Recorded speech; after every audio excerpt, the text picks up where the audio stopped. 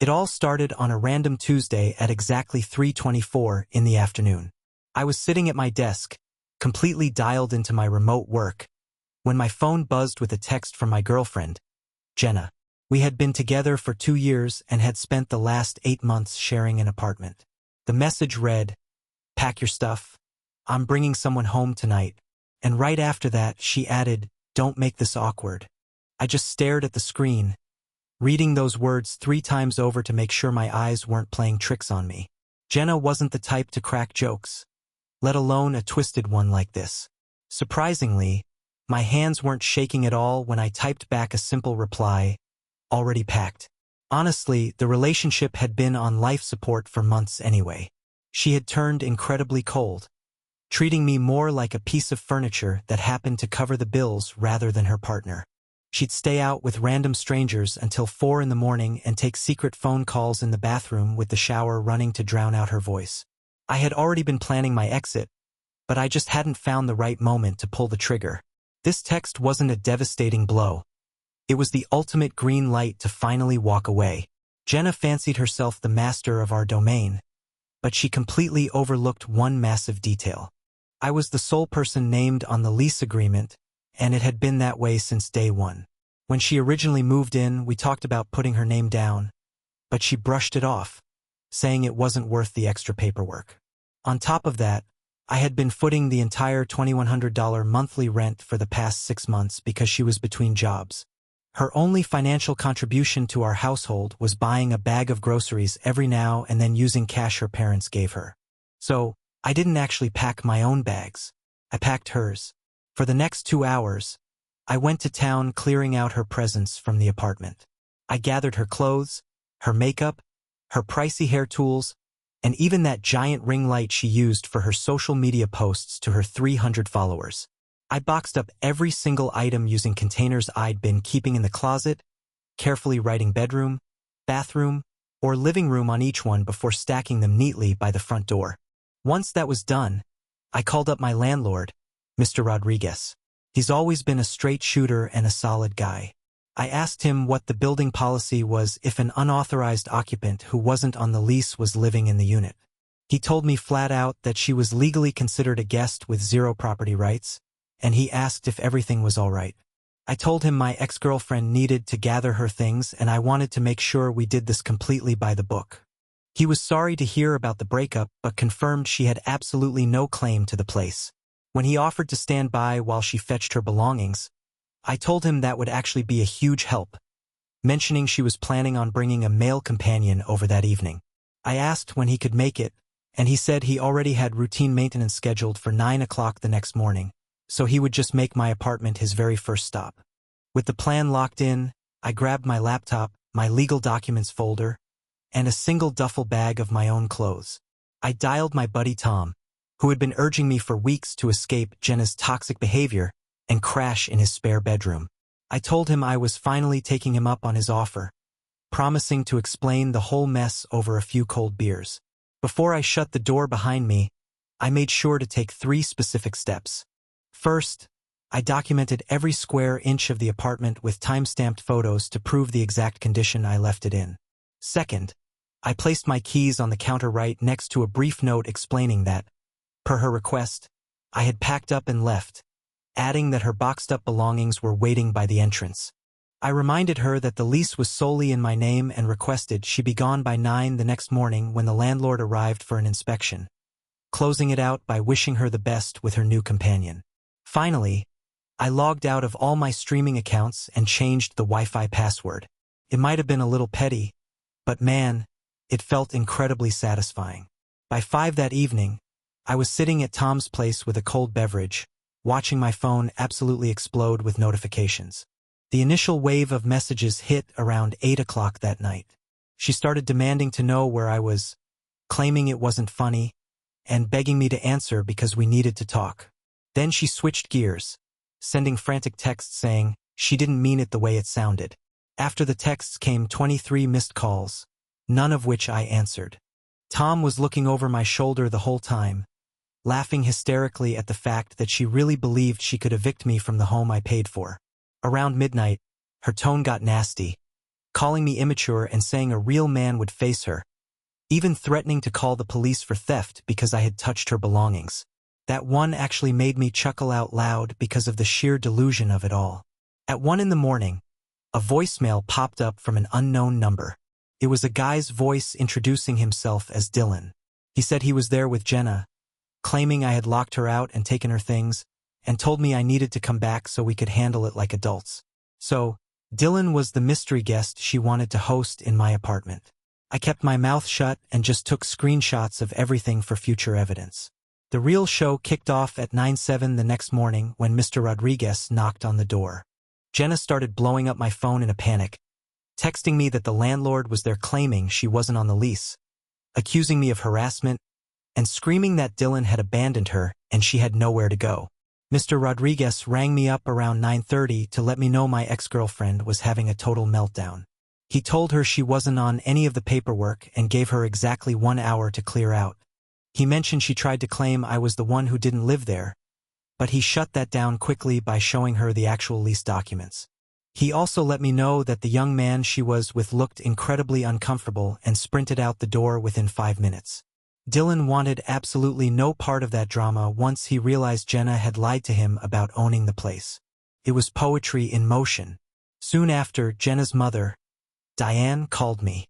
I actually picked up for her because Diane had always been wonderful to me. She was incredibly confused, saying Jenna was hysterical about being thrown out on the street. Instead of arguing, I just forwarded Diane the screenshot of the text Jenna sent me the previous afternoon. There was a massive silence on the line before Diane softly asked if Jenna had really sent that while I was working. She apologized profusely, confessing that Jenna had told her a massive lie about catching me cheating. I laid out the truth for her, explaining how I had been paying the full rent for half a year while Jenna did nothing, and how she explicitly told me to clear out so she could bring another man over. When Diane asked who Dylan even was, I told her I was wondering the exact same thing. After another heavy pause, Diane sighed and said she was coming to get her daughter and her things, telling me I deserved so much better. Around lunchtime, Jenna sent one final text tantrum, accusing me of ruining her life, complaining that Dylan was ignoring her, and saying she was homeless because of me. She wrapped it up by saying I'd never find anyone else like her. I sent back a single reply saying, I know, that's the point. Then I blocked her entirely. I truly thought that was the end of the saga, but a week later, things took another turn. On Wednesday morning, my boss called me into his office because someone had sent an anonymous, venomous email to our human resources department. The email claimed I was a violent, unstable individual who had physically thrown a woman out onto the pavement, and it included highly edited screenshots of Jenna's texts to make me look like a monster, completely cutting out her initial message. Luckily, my boss has my back and knows my character. I pulled up the unedited conversation on my phone, showing him the exact timestamp of her telling me to pack, which proved I was actively logged into our secure company network working from home when she sent it. My boss just shook his head in disbelief at how malicious she was being, telling me not to worry because he would handle HR personally, though he advised me to keep documenting everything. Jenna still wasn't finished, though. By Thursday, my phone started chiming with Venmo requests from her. She wanted $2,100 for rent assistance, $500 for emotional distress, $300 for moving fees, and $1,000 for her wasted time.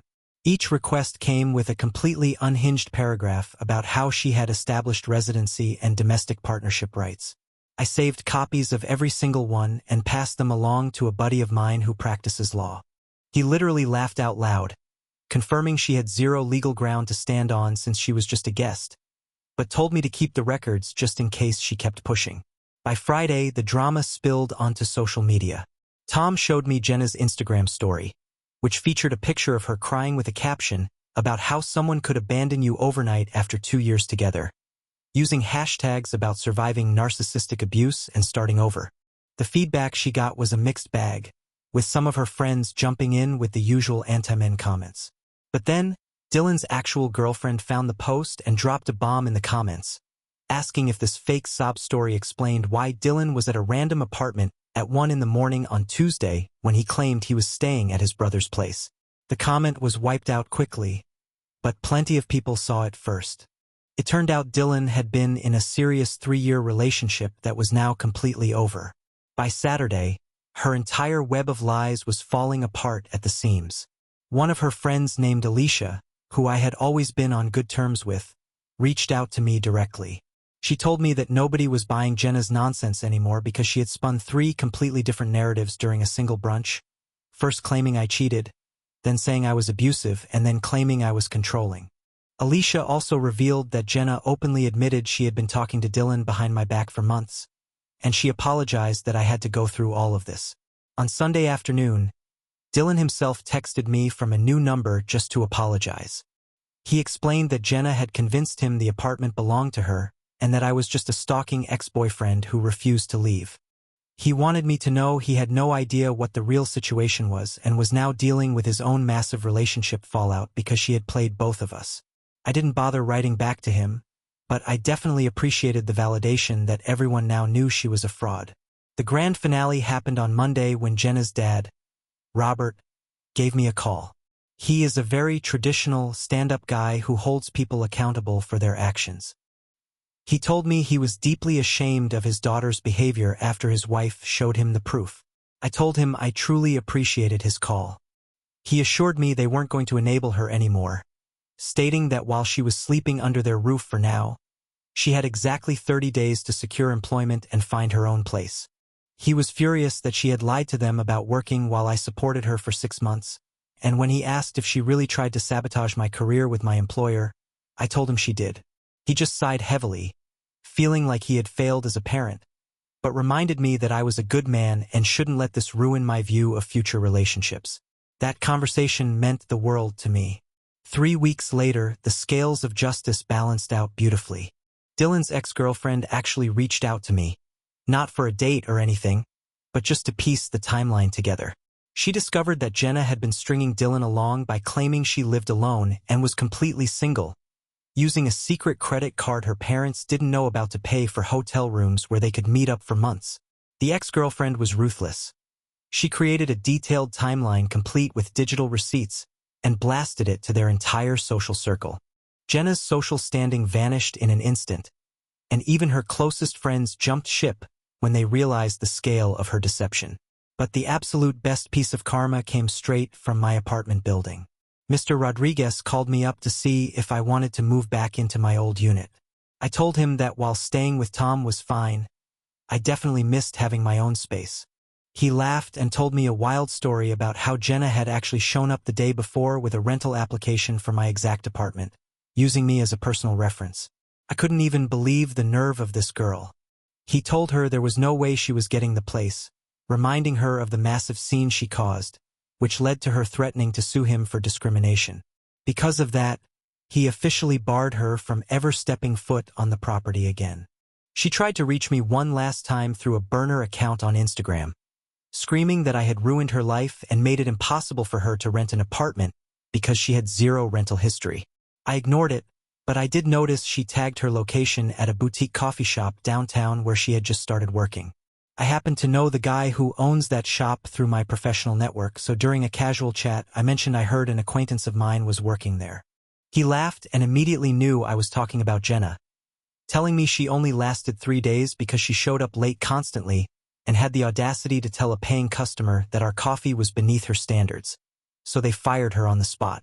The last piece of news I got from her mother was that Jenna is still stuck at her parents' house, entirely broke, and has resorted to selling off her high-end designer shoes and handbags just to get by. Her dad stood his ground about her paying rent or hitting the road, so she had to give up her luxury lifestyle since she could no longer live off my hard work. Dylan packed up and left the city entirely to escape the public embarrassment of his broken relationship. As for me, I am happily settled back into my own apartment and even pulled down a major promotion at work, because my boss was so impressed by how professionally I handled that entire nightmare. I've started going out on casual dates again, just keeping things light with normal people who hold down real jobs and don't plot to throw me out of my own home.